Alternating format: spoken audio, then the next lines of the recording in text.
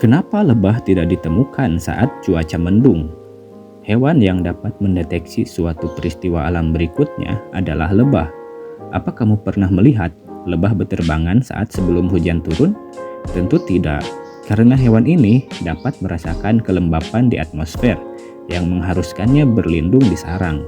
Kemampuan ini juga yang menyebabkan lebah dapat merasakan perubahan tekanan udara.